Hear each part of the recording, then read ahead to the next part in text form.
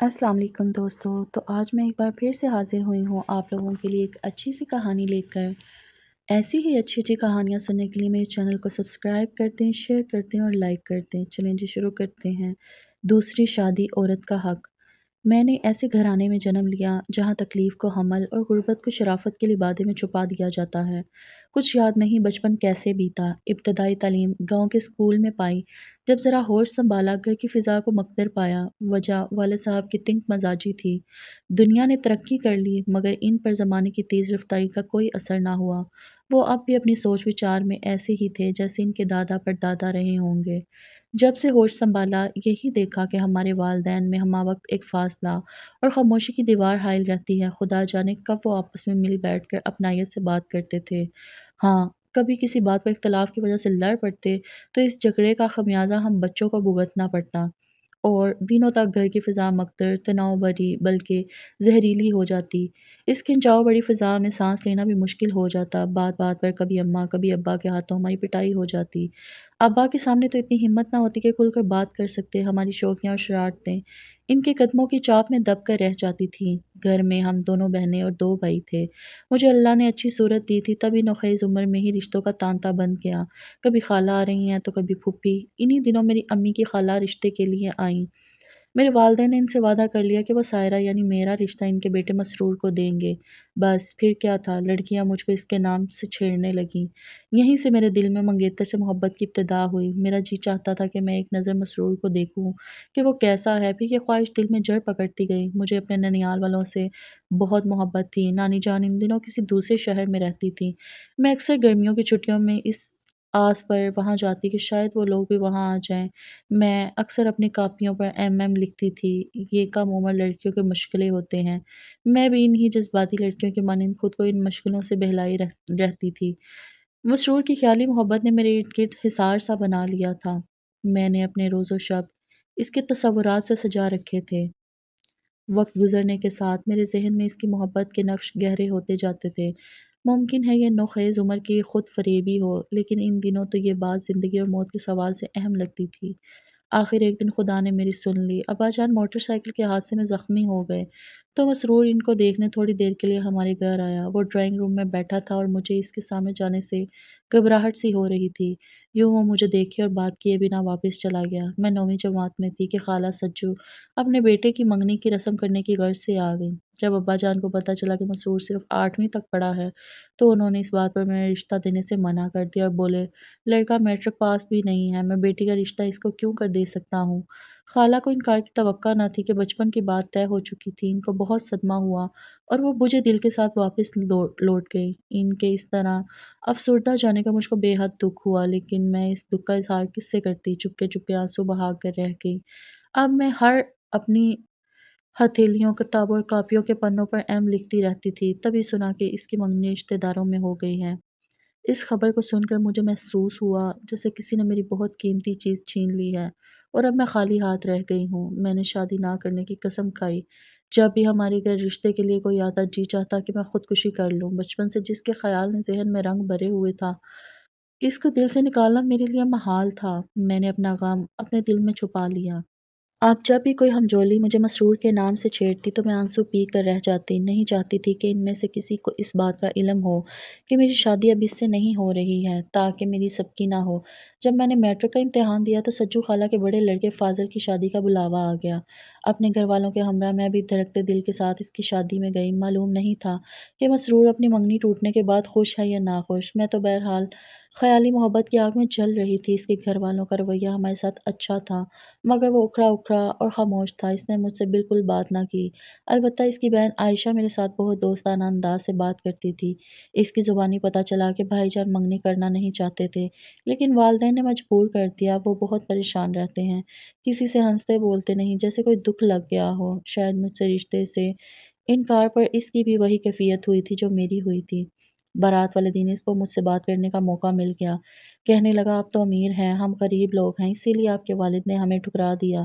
میں نے اسے اپنی مجبوری بتائی کہ میں والد صاحب کے آگے مجبور ہوں ورنہ بچپن سے دل میں بسا آپ کا خیال دل سے جاتا نہیں، بس میں اتنا ہی اظہار کر سکی۔ اس نے بھی اپنے دل کا سارا غبار نکال دیا، کہنے لگا کہ یہ کتنا ظلم ہے۔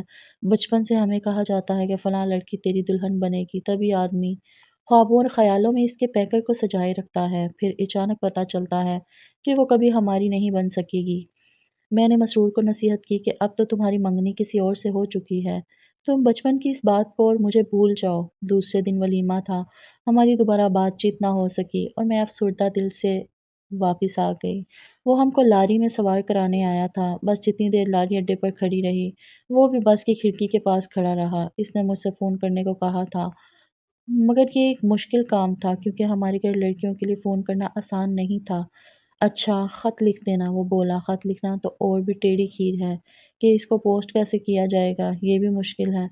ایسی باتوں پر سخت پابندیاں ہیں۔ جب سے میں مسرور سے مل کر آئی تھی، دل اور زیادہ پریشان تھا۔ کچھ دن گزرے تھے کہ وہ ہمارے گھر آ گیا اور موقع ملتے ہی ایک چھوٹا سا کاغذ کا پرزہ مجھے تھما دیا، جس پر لکھا تھا کہ اگر تم ساتھ دو تو میں اپنی منگنی ختم کروا دوں گا۔ اس نے اپنی بھابھی کو ساری بات بتا کر التجا کی کہ وہ ہماری مدد کریں۔ اس کی بھابھی نے کچھ ایسی باتیں اس کے سسرال والوں تک پہنچا دیں کہ سچ مچ اس کی منگنی ٹوٹ گئی۔ اس کی بھابھی ہمارے گھر آئی اور ساری باتیں مجھے بتا کر چلی گئی۔ ان باتوں سے میں پریشان ہو گئی تھی۔ اپنی بہن سے ذکر کر دیا، انہوں نے امی جان کو بتا دیا۔ امی نے بجائے معاملہ سلجھانے کے ابا جان کے حضور پر ہاتھ چڑھا کر پیش کر دیا کہ ایسا نہ ہو کہ مسرور کی منگنی ٹوٹنے کا الزام ہماری بچی پر لگ جائے اور خاندان بھر میں ہماری عزت تو کوڑی کی ہو کر رہ جائے۔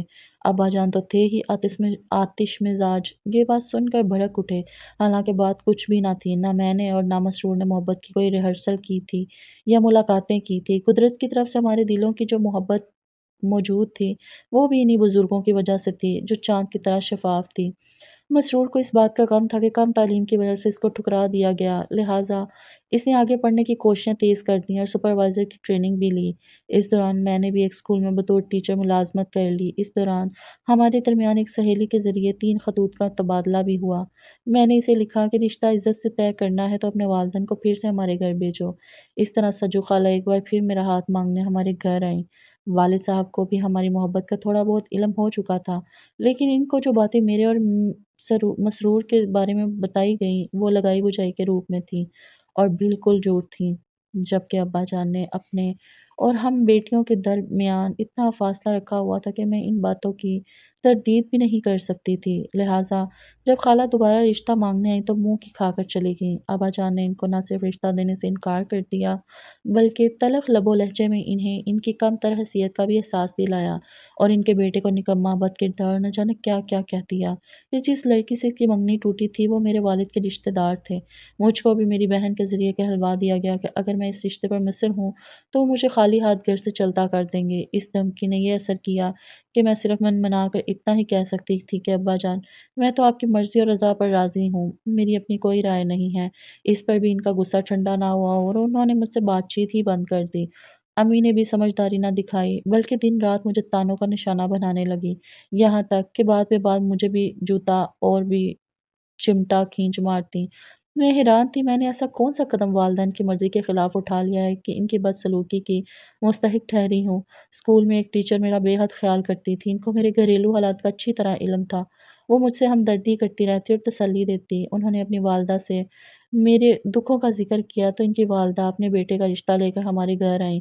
ان کا آنا غضب ہو گیا۔ امی ابا تو پہلے ہی شکی مزاج بنے بیٹھے تھے، یہی سمجھے کہ شاید اب بھی میری وجہ سے یہ لوگ رشتہ مانگنے آئے ہیں۔ میں ان کے ساتھ ذاتے میں دلچسپی رکھتی ہوں، میں بھی گھر کے حالات اور والدین کی محدود سوچ سے تنگ تھی۔ اب میری زبان کا تالا بھی کھل گیا۔ اماں نے پوچھا، کیا اس رشتے کے آنے میں تیری مرضی تھی؟ میں نے جواب دیا، ہاں۔ اب اس رشتے کو ہاں کر دو ورنہ ایسا نہ ہو اس سے بھی گیا گزر رشتہ آ جائے اور آپ لوگوں کو ہاں کہتے بنے۔ ماں نے ابا کو آمادہ کیا کہ رشتہ ٹھیک ہے، ہاں کر دو، ایسا نہ ہو کہ اس کے بعد ایسے ویسے رشتے آئیں، تب لڑکی کا کیا کریں گے؟ کیا عمر بھر گھر میں بٹھائے رکھیں گے؟ تب ہماری بدنامی اور بڑھ جائے گی۔ اس طرح میری شادی ٹیچر کے بھائی نذیر احمد سے ہو گئی اور شادی بھی ایسی ہوئی جیسے گھر سے کوئی جنازہ اٹھا ہو۔ ابا نے تو رخصتی تک مجھ سے ترک کلام ہی رکھا۔ یوں میں دکھے دل سے روتی ہوئی بابل کے گھر سے رخصت ہو گئی، یہی سوچتی رہی کہ یا الہی میرا کیا قصور تھا جو باپ نے اتنی بے رخی برتی۔ ٹیچر جو پہلے غمگسار سہیلی جیسی تھی، جب نند بنی تو یکدم بدل گئی۔ شروع میں شوہر کا رویہ میرے ساتھ اچھا تھا، آہستہ آہستہ اس کا اصل روپ بھی سامنے آتا گیا، کیونکہ میری نند اس کو شادی سے قبل کی ہر بات بتا چکی تھی۔ اس نے وہ باتیں جن کی قطعی کوئی اہمیت نہ تھی وہ بھی نذیر سے کہہ دی، اور یہ بھی کہ میں مسرور سے شادی کرنا چاہتی تھی۔ وہ میرے بچپن کی چاہت تھا، اس سے شادی نہ ہونے پر مجھ کو دکھ ہے اور میرے دل سے اس کی یاد جاتی نہیں ہے۔ یہ باتیں میں نے نجمہ سے تب کہی تھی جب میں پڑھائی میں دلچسپی نہ لیتی تھی، تو وہ میری ہمدرد بن کر میرے دکھ پوچھا کرتی تھی اور میں اس پر اعتبار کر کے اسے سہیلی جیسا جان کر دل کی بات کہہ دیا کرتی تھی۔ مجھے کیا خبر تھی کہ جس کو میں ماضی کا رازدار بنا رہی ہوں، کبھی میری نند بن کر دشمن بن جائے گی۔ اس نے تو نذیر کو یہاں تک کہہ دیا تھا کہ لڑکیاں مجھے مسرور کے نام سے چھیڑا کرتی تھی، اور یہ بھی کہ میرے والد مسرور کی وجہ سے مجھ سے بدظن ہوئے، تبھی انہوں نے مجھے رخصتی کے وقت دعا دے کر رخصت نہ کیا تھا۔ نجمہ کے کمینے پن کی وجہ سے نذیر مجھ سے ایسے بدظن ہوئے کہ میری زندگی دکھوں کا الاؤ بن گئی۔ سچ ہے، مرد اگر تنگ نظر ہو تو اتنی سی بات بھی بیوی کی زندگی کو جہنم بنانے کے لیے کافی ہوتی ہے۔ اب میرے شوہر نے مجھ سے نہ کردہ گناہوں کا انتقام لینا شروع کر دیا۔ ان کو میرے غم اور خوشی کا کوئی احساس ہی نہ رہا۔ میرے ساتھ ان کا بندھن تو جیسے بس وقت گزاری کا سلسلہ تھا۔ اگر میں پریشان ہوتی تو فوراً طعنہ دیتا کہ میں مسرور کے لیے پریشان ہوں۔ میں نے قسم اٹھا کر یقین دلایا کہ میرے لیے اب وہی سب کچھ ہے۔ میں ماضی کو بھلا چکی ہوں، ہاں، مگر جب وہ میرے ساتھ اہانت برا سلوک کرتا تو ضرور یہ خیال آتا کہ کیوں میں نے ٹیچر کے ہمدردانہ رویے سے متاثر ہو کر اس کے بھائی کا رشتہ قبول کر لیا تھا۔ لوگ باہر سے کچھ نظر آتے ہیں، اندر سے کچھ۔ جب برتاؤ ہوتا ہے، ان کی اصل حقیقت تب کھلتی ہے۔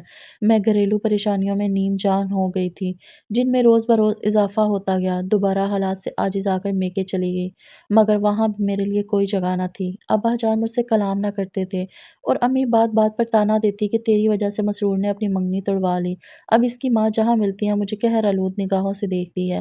تیرے کرتوتوں نے خاندان بھر میں مجھ کو ذلیل کر دیا ہے۔ آخر میں نذیر کے گھر واپس آ گئی۔ شادی کے 11 ماہ بعد میرے یہاں ایک بچی پیدا ہوئی تھی۔ اس کے بعد تو حالات انتہائی مایوس کن ہو گئے۔ میں نے اس توق کو گلے سے اتار پھینکنے کی ٹھان لی۔ ایک روز میں بازار گئی اور دکاندار سے چوہے مار دوا طلب کی۔ ایک پیکٹ خریدا اور ساری دوا نکل گئی اور مرنے کے انتظار میں لیٹ گئی، مگر سوائے تھوڑا سا جی متلانے کے کچھ نہ ہوا۔ الٹی تک نہ آئی۔ مجھے لگا جیسے یہ زہریلی دوا نہ تھی بلکہ میں نے پرانا سا آٹا پھانک لیا تھا۔ نیند نہ جانے رات کے کسی پہر آئی، گرچہ طبیعت بھاری بھاری تھی۔ صبح آنکھ کھولی تو حیرت زدہ تھی کہ میں زندہ تھی اور دنیا کو دیکھ رہی تھی۔ حیرت میں ڈوب گئی کہ مری نہیں تو کم از کم طبیعت تو خراب ہوتی۔ اس کا مطلب صاف ظاہر تھا کہ وہ دوا جعلی تھی۔ شوہر نے بچی کی پیدائش کے کچھ عرصے بعد میکے بھیجا اور بعد میں ابا جان کو خط لکھ دیا کہ میں آپ کی بیٹی کو نہیں رکھ سکتا، آپ اس کو اپنے پاس ہی رکھیں، یہ ہر وقت افسردہ رہتی ہے، شاید اس کے دل سے ابھی تک اپنے بچپن کے منگیتر کی یاد نہیں گئی۔ سسرال میں اپنے آدھے سے زیادہ اخراجات خود برداشت کرتی تھی، سروس کرتی تھی اور گھر کو بھی سنبھالتی تھی۔ خاوند کے کپڑے، جوتوں، بنیان، رومال تک میں خود پورے کرتی تھی، لیکن میری کوئی خدمت میرے خاوند کا دل نہ جیت سکی، صرف نند کی بدخواہی کی وجہ سے جو روایتی حسد کا شکار ہو کر میری دشمن بن گئی۔ بہرحال میکے والوں نے منت سماجت کر کے سسرال والوں کو راضی کیا اور مجھے گھر بھیج دیا۔ اب میں فٹ بال کی طرح تھی، ادھر والے ٹھوکر مارتے تو ادھر جا پہنچتی تھی، دوسری طرف والے ٹھوکر مارتے تو پھر میکے کے آنگن میں آ گرتی۔ اسی دوران اللہ تعالیٰ نے بیٹے جیسی نعمت سے نواز دیا، مگر شوہر کے تیور چڑھے ہی رہے۔ اب تو نوبت یہاں تک پہنچ گئی کہ ہفتوں مجھ سے بات نہ کرتے اور نجمہ سے کہتے میرے لیے کوئی دوسری لڑکی ڈھونڈو تاکہ میں دوبارہ گھر آباد کر سکوں۔ اس نے اپنا کمرہ، بوریا، بستر سب کچھ الگ تھلگ کر لیا تھا۔ میرا تیسرا بچہ 17 دن کا تھا اور میں اب بھی نوکری کرنے پر مجبور تھی۔ وہ کہتے کہ اسکول جاؤ تو بچے کو ساتھ لے کر جاؤ، بات بات پر کہتے میرے گھر سے چلی جاؤ۔ میں کہاں جاتی؟ میرے 3 بچوں کا بوجھ کون برداشت کرتا؟ مجبور ہو کر میں بچوں کو شوہر کے گھر چھوڑ کر آ گئی۔ میں صرف چھوٹا بچہ ساتھ لائی تھی۔ میرا خاوند اور نند شاید اسی دن کے انتظار میں تھے۔ میکے آتے ہی انہوں نے مجھے طلاق بھجوا دی اور طلاق کے 4 ماہ بعد نذیر نے دوسری شادی کر لی۔ ادھر میکے میں قسم پرسی کی زندگی گزارتی رہی، کسی نے سر پر پیار سے ہاتھ نہ رکھا، نہ میرے بچے کو پیار اور باپ کی شفقت دی۔ سروس کر کے اپنے اور بچے کا پیٹ پالتی تھی اور باقی دونوں بچوں کی دید کو ترستی تھی جو اپنے باپ کے پاس تھے۔ ایک روز سجو خالہ امی سے ملنے آئیں۔ وہ کافی ضعیف ہو چکی تھیں۔ مجھ کو بتایا کہ مسرور بیرون ملک چلا گیا تھا، 8 برس بعد لوٹا ہے، لیکن ابھی تک شادی نہیں کی۔ ایک روز میں نے تمہارا احوال بتایا تو رو دیا۔ بیٹی، اس کے دل میں اب تک تیری محبت موجود ہے۔ خدا جانے یہ کیسی محبت ہے کہ وقت کے گرداب تک اس پر نہیں پڑی۔ اس کے دل میں تیری تصویر پہلے دن کی طرح اجلی اجلی ہے۔ میں خاموشی سے ساری باتیں سنتی رہی۔ تب خالہ نے تنہائی میں کہا، بیٹی، شاید تیرے ماں باپ اس بات پر راضی نہ ہوں، خدا جانے روز اول سے تمہارے باپ کو ہم سے کیوں اللہ واسطے کا بیر ہے، لیکن تم اگر ایک بار مسرور سے بات کر لو تو شاید تم دونوں کو سکون مل جائے گا۔ انہوں نے مجھے ایک پرچہ دیا جس پر اس کا نمبر لکھا ہوا تھا۔ میں بھی اپنی ویران اور دکھوں بڑی زندگی سے تنگ تھی۔ بھابیاں بھی مجھے اور میرے بچے کو قہر آلود نگاہوں سے دیکھتی تھیں۔ خود کماتی خود کھاتی تھی، پھر بھی بھائی مجھے بوجھ جانتے تھے۔ سو ایک روز جب گھر میں کوئی نہ تھا، میں نے مسرور کو فون کر دیا۔ کچھ باتیں، کچھ پچھتاوے، کچھ مایوسیاں اور افسوس کے تذکرے۔ آخر اس نے سیدھی بات کہہ دی، سائرہ وقت بہت بدل چکا ہے، میں نے ابھی تک شادی نہیں کی، تم بھی کئی برس سے طلاق یافتہ زندگی بسر کر رہی ہو، اب بھی وقت ہے، ہم نکاح کر کے گھر بسا لیتے ہیں، اگر تم راضی ہو تو مجھے 2-4 دن میں بتا دینا، ورنہ میں دوبارہ تم کو بھی فون نہ کروں گا۔ میں نے کافی سوچا اور پھر مجھے اس کی پیشکش میں ہی عافیت نظر آئی۔ ابا ضعیفی اور بیماری سے جوجھ رہے تھے اور اماں کی بہوؤں کے آگے کیا چلتی جس نے مسرور کو ہاں کہہ دی۔ میں نے مسرور کو ہاں کہہ دی، البتہ پہلے امی سے مشورہ کیا تھا، تب انہوں نے ناک پر انگلی رکھ کر کہا تھا، اے نو، 40 سال کی ہو رہی ہو، کہ اب دوسری شادی تم کو زیب دے گی؟ وہ بھی اسی کے ساتھ جس کے ساتھ مفت میں بدنام ہوئی، لوگ باتیں کر کر کے ہمارا کلیجہ چھلنی کر دیں گے۔ اچھا اماں ٹھیک ہے، میں ایسے ہی گزارا کر لوں گی باقی زندگی بھی۔ ماں کو تو میں نے چپ کرا دیا مگر میرا دل چپ نہ ہوا، وہ سسکے جاتا تھا، بچے بڑے ہو گئے تھے، باپ کے گھر میں پلے بڑے، ماں کے گھر کا رستہ بھول چکے تھے۔ میں نے تو حالات سے سمجھوتا کر لیا تھا، مسرور نے میری سلگتی تنہائی میں پھر سے پتھر پھینک دیا تھا، شاید اسے بھی تنہائی کا عذاب مٹانے کو کسی سہارے کی ضرورت تھی، سونے گھر میں کسی زندگی کی آرزو تھی۔ میں سوچا کرتی تھی کہ کون ہوگا جو بڑھاپے میں ساتھ دے گا، یہ دنیا والے یا میرے بچے جو میرے نہ رہے تھے، ان کو تو اب میری صورت بھی یاد نہ رہی ہوگی۔ پہلے کبھی دوسری شادی کا سوچا تک نہ تھا کہ میرے بچے دور سہی ان کے ذہن میں ماں کا تصور تو ہوگا، وہ کیا سوچیں گے، اور پھر لوگوں کی حقارت بری نگاہوں کی تاب کیوں کر لا سکوں گی کہ 40 برس کی ہو چکی ہوں۔ رشتہ داروں کی حقارت بری باتیں میرے وجود کو ریزہ ریزہ کر دیں گی، اور آج جب تنہائی نے مجھے ریزہ ریزہ کر ڈالا تھا تو مجھ کو کوئی پوچھنے والا نہ تھا، تبھی میں دوبارہ شادی کے بارے میں سوچنے پر مجبور ہو گئی۔ سوچا کہ اگر مرد دوسری شادی کر لے تو کچھ انوکھی بات نہیں، بیوی کا کفن تک میلا نہیں ہوتا اور دوسری شادی ہو جاتی ہے، پھر اگر عورت کر لے تو مجرم کیوں، یہاں تک کہ اس کی اپنی اولاد اسے نہیں بخشتی۔ میں نے تو فیصلہ کرنے سے ڈر رہی تھی، آخر مسرور نے ہمت بندھائی کہ دنیا والوں سے میں مقابلہ کروں گا، مگر بڑھاپا تنہا کاٹنا بھی ایک سزا ہے، کیوں نہ ہم دونوں مل کر اسے کاٹیں، تمہارے پاس تو اولاد جیسا نازک سہارا بھی نہیں ہے، تیسرا بیٹا بھی باپ کی طرف اڑان بھرنے کی سوچ رہا ہے، تبھی میں نے اتنا بڑا فیصلہ کر لیا۔ آج لوگ مجھ سے خفا ہیں، کچھ مجھ پر ہنس رہے ہیں، لیکن مجھے کسی کی پرواہ نہیں، میرا شوہر میرا سہارا ہے، مسرور ہر قدم پر مجھ کو مضبوط تحفظ کا احساس دلاتا ہے، خدا کا شکر ہے کہ میں نے وقت پر صحیح قدم اٹھا لیا، دنیا کا کیا ہے، بے سہارا